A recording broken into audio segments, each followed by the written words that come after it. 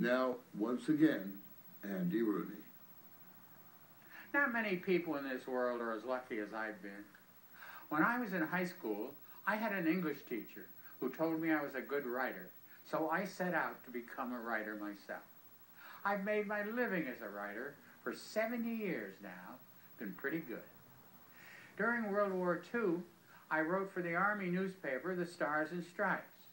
After the war, I went to work in radio and television because I didn't think anyone was paying enough attention to the written word. I worked with a lot of great people who had the voice for radio, or they looked good on television. But someone had to write what they said, and that was me. When I went on television, it was as a writer. I don't think of myself as a television personality. I'm a writer who reads what he's written. People have often told me I said the things they are thinking themselves.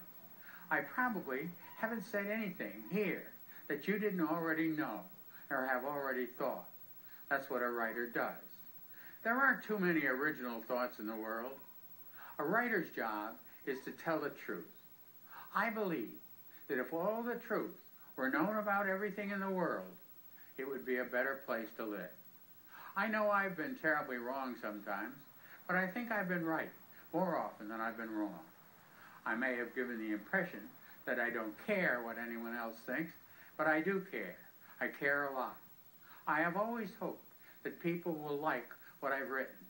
Being liked is nice, but it's not my intent.